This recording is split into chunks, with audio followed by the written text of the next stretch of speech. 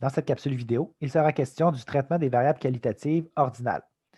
Alors, lorsqu'il y a une relation d'ordre, une hiérarchie entre les différentes modalités d'une variable qualitative, on va pouvoir tenir compte, comparativement aux variables qualitatives nominales, on va pouvoir tenir compte des fréquences relatives cumulées. Donc, cette fois, le fait qu'on puisse classer dans un certain ordre les modalités dans les variables ordinales va nous permettre de donner un sens au pourcentage cumulé.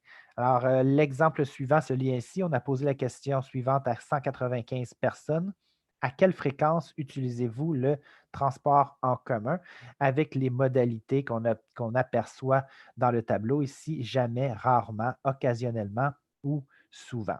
Donc, il s'agit d'une variable qualitative nominale puisque les modalités s'ordonnent naturellement. OK? Je vous rappelle que le fait de pouvoir ordonner ici les modalités n'a pas de lien avec le fait ici, comme par exemple, puis c'est un concours de circonstances, ici, le fait que les pourcentages sont classés en ordre croissant. Ici, c'est juste un concours de circonstances. Donc, pour que ce soit une variable qualitative ordinale, donc il faut qu'il y ait une relation d'ordre naturel entre les modalités. Alors ici, on a notre variable qui est la fréquence d'utilisation du transport en commun. Donc, on lit le titre, répartition des unités statistiques, soit des 195 répondants en fonction de la variable, la fréquence d'utilisation du transport en commun. Alors, on a la première colonne, la variable et ses modalités. La deuxième colonne, la colonne des effectifs et les effectifs qui ont été dénombrés. La troisième, celle des pourcentages qu'on obtient en faisant la division de l'effectif par la taille de l'échantillon. Et en dernier lieu, les pourcentages cumulés, ce qu'on peut faire dans le contexte d'une variable ordinale, qu'on obtient en additionnant le cumul des pourcentages des modalités de niveau inférieur. Donc, en ce qui concerne les variables qualitatives à échelle ordinale, on peut faire grosso modo les mêmes graphiques que pour les variables qualitatives nominales. Euh, Parfois, toutefois, il est préférable d'opter pour les diagrammes à bande plutôt que le diagramme circulaire, car le diagramme circulaire illustre moins bien la relation d'ordre. Une relation d'ordre qu'on voit beaucoup mieux dans un diagramme à bande. Donc, justement, ici, on a un diagramme à bande verticale.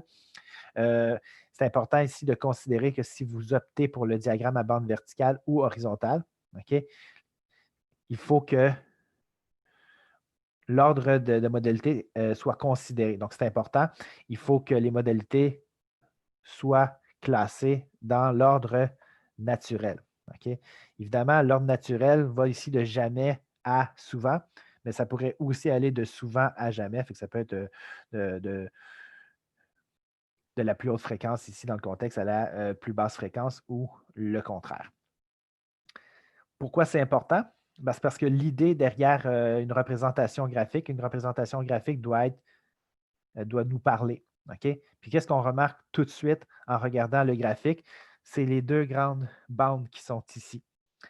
Si l'ordre des modalités n'était pas dans l'ordre naturel des choses, ben, on ne verrait pas, on ne constaterait pas ici le fait qu'une très grande majorité des répondants utilisent quand même plus souvent qu'autrement le transport en commun. Donc, c'est l'intérêt derrière une représentation graphique. Ça doit dresser un portrait et il y a des choses, il y a des éléments qui doivent sauter aux yeux dans une représentation graphique.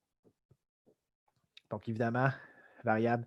Là, un diagramme à bande horizontale donne la même information. OK? C'est juste une situation différente. Alors, je répète, même si le diagramme circulaire pourrait être utilisé, c'est moins bien conseillé puisqu'on n'y voit pas la relation d'ordre naturelle dans le cas des variables qualitatives ordinales.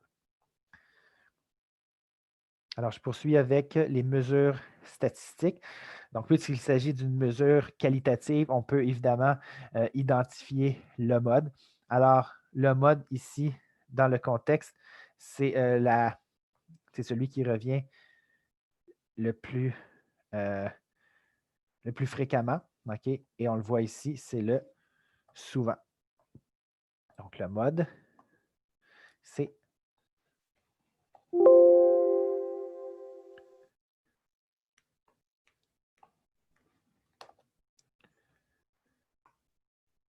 souvent. et avec son pourcentage qui était de 47,18 %. Puisqu'on ne dépasse pas 50 %, le terme majorité ou l'expression la plupart seront proscrits. On va plutôt utiliser le terme pluralité. Donc, la pluralité des répondants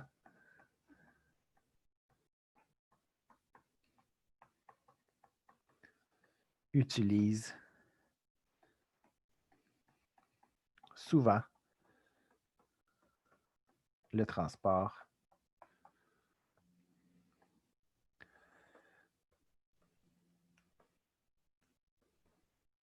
en commun.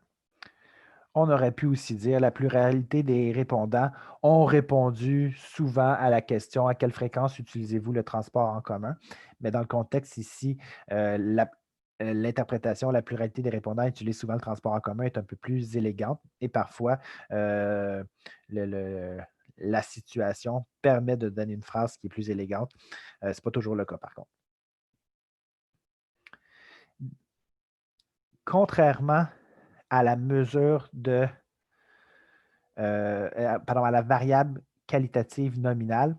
Cette fois, qu'on a pu considérer la fréquence relative cumulée, on peut donc aussi considérer que dans le contexte, la médiane fait du sens. Alors ici, euh, on va identifier la médiane. Donc la médiane, on va l'identifier dans le tableau comme étant la modalité où on dépasse pour la première fois le 50 %, donc c'est occasionnellement.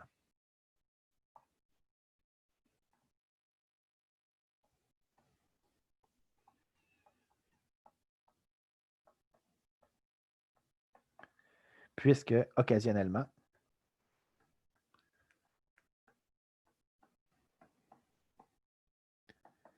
est la première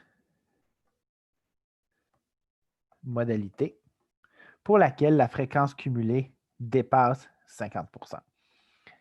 Alors, lorsqu'il concerne l'interprétation, il faut considérer qu'en disant occasionnellement, ce qu'on est en train de considérer, c'est occasionnellement et toutes les modalités de niveau inférieur. Alors, on va y aller avec au moins 50 % des répondants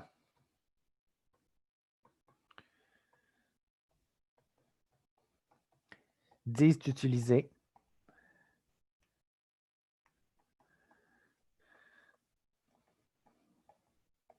occasionnellement. Et là, il faut nommer toutes les modalités de niveau inférieur. Rarement ou jamais